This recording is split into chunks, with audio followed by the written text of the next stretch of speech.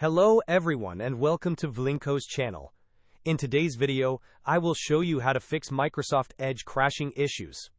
And now, let's get started.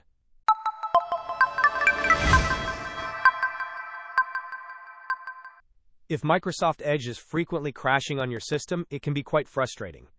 Unfortunately, as you may have noticed, there is no direct uninstall option for Microsoft Edge within Windows, as it is a built-in application.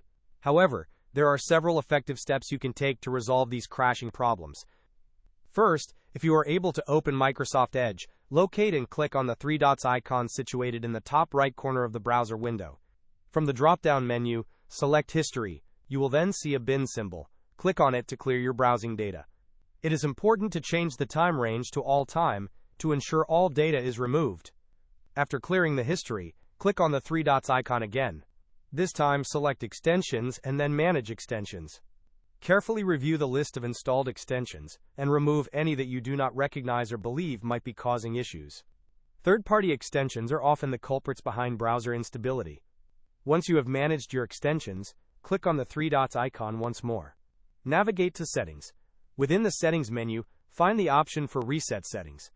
Select Restore Settings to their default values and then confirm the reset. This process will revert your browser settings to their original state, which can resolve many common problems. Hope this was helpful. Don't forget to like and subscribe if you enjoyed. As always, thanks for watching, and I will see you in the next video.